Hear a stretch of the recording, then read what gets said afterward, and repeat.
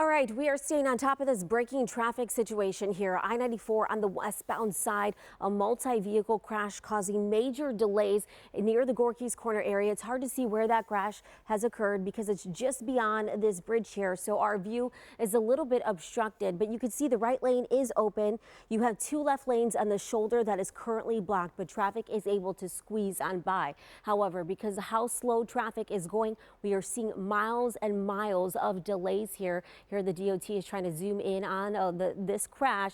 Maybe we can get another perspective here. You can see it looks like there is a tow truck on scene. They do have one vehicle on the back of that tow truck. So hopefully this crash will be cleared relatively soon. But it looks like where that vehicle on the tow truck, it's on the right hand side off to the entry ramp there. So hopefully this will be cleared soon. But as of right now, we are seeing delays extend back to Moreland Road. That's Moorland Road, and this is Moreland Boulevard.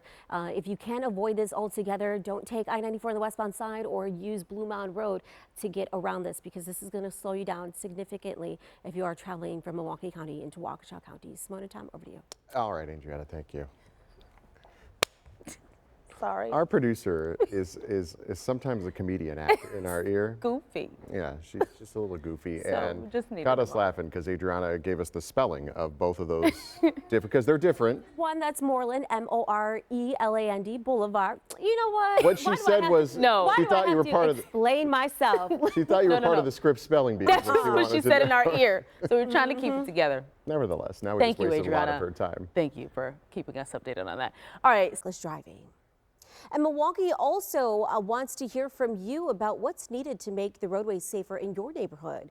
The county's Department of Transportation is hosting an interactive listening session at all 19 municipalities. The approximately 1 hour session will give people a chance to share in a few different ways, from surveys to creating their own safe road models, as well as taking part in small group discussions. There's nothing worse than having a DOT director or someone from the state or the county come in and say, we know what's best for you.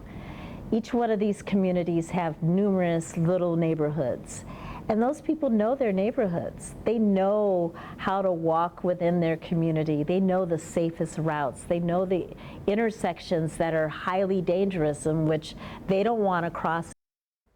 Now, the first two meetings are next Thursday. One is in Brown Deer, the other in Greenfield.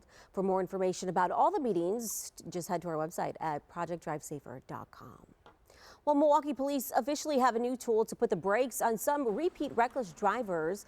On Thursday, the Fire and Police Commission gave the final approval to an ordinance allowing officers to tow vehicles if the reckless driver has prior unpaid tickets.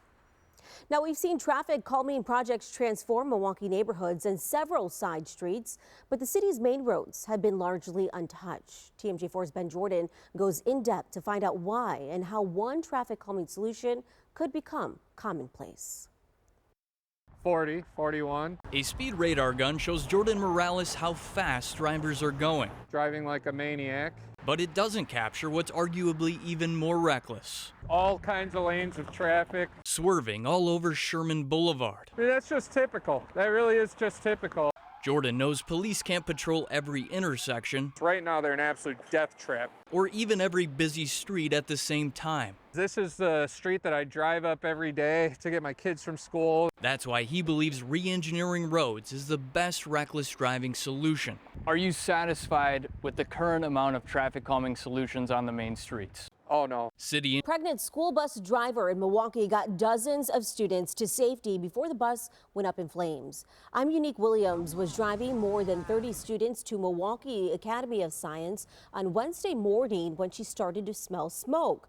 Williams, who is 8 months pregnant, says she tried to radio dispatch, but the smoke made it very difficult. So she then pulled over to calmly get the kids off the bus. I think that's what it was. Like, my mommy instincts like kicked in really fast, and I just was like, okay, come on, Mom, let's do it. Let's get off this bus. Yeah, we're so glad everyone was safe, and Williams says she was happy that everyone got off that bus okay. All right, well, do you want to own a college campus? Well, if you do, here's your chance. The property of Cardinal Sturt University is now up for sale. Our partners at the Milwaukee Business Journal report the university is setting a deadline of July 31st for buyers to mark their bids for its 43.5-acre campus. Now, the asking price for this, get this, $24 million. The school closed in May, citing decreasing enrollment and tuition revenue. Real estate experts say the North Shore property should interest developers who could create housing or commercial space. Wisconsin's largest LGBTQ+ festival is back in Milwaukee to kick off Pride Month.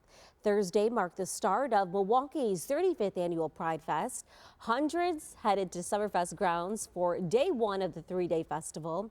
Festival goers say the annual event offers a safe space for people to celebrate each other and be themselves. We oftentimes are going out into the world and having to put on a different face or meet other people's expectations. But here you can let it all go and you can be yourself. Yeah, and if you haven't made it out to Pride Fest yet, well, don't worry. The festival will reopen again today from 3 p.m. until midnight and again on Saturday beginning at noon. All right, welcome back. Well, with the beautiful weather we're seeing, it's the perfect time to get outside and explore new places. TMJ4's James Groh takes us to the village of Campbellsport and explains the unique way to feed yourself while hiking. Summer is nearly in full swing. Flowers are blooming and streams are flowing. There are a lot of fresh plants for animals to eat, but our forest friends aren't the only ones looking to feast. I always say it's like foraging vision. You can never really turn it off. This time of year also means foraging season for Matthew Normansell. But yeah, you can pretty much find stuff to eat throughout the year from the start of spring right the way through to the end of fall. Matthew is a foraging guide and wild food educator. He started the Wisconsin-based company Eden Wild Foods. That's a vetch tip or a vetch shoot, very sought after by the Michelin star chefs. He takes groups or private parties on walks to find yummy treats hiding in the woods. The thing with foraging is it's a primal thing. It's something we use to nourish ourselves and feed ourselves, but it's also kind of like a scavenger hunt. He took me to the northern Kettle Moraine in Campbellsport. Matthew had me try a few plants. Yeah, it's exactly like a sugar snap pea. Wow. Wisconsin is a great place to forage for primarily mushrooms, fruits, nuts, and the invasive species, which is fine. However, you can't just pick plants anywhere. You can forage on state lands, but counties and other municipal areas set their own foraging rules. It helps when you have the right guide. Oh yeah, I taste the citrus. Citrus skin. Some of the tiny plants we think are weeds are actually revered by others. The fancy chefs like to use these, the Michelin star chefs, because they taste like almost like an apple skin, like a kind of citrusy taste. So next time you're on a hike, just think you could be walking past a $40 garnish. And please, remember, you can't eat every plant you see. Well, you've got a bunch of poison ivy here, which is something you want to be aware of. One of the hazards of foraging.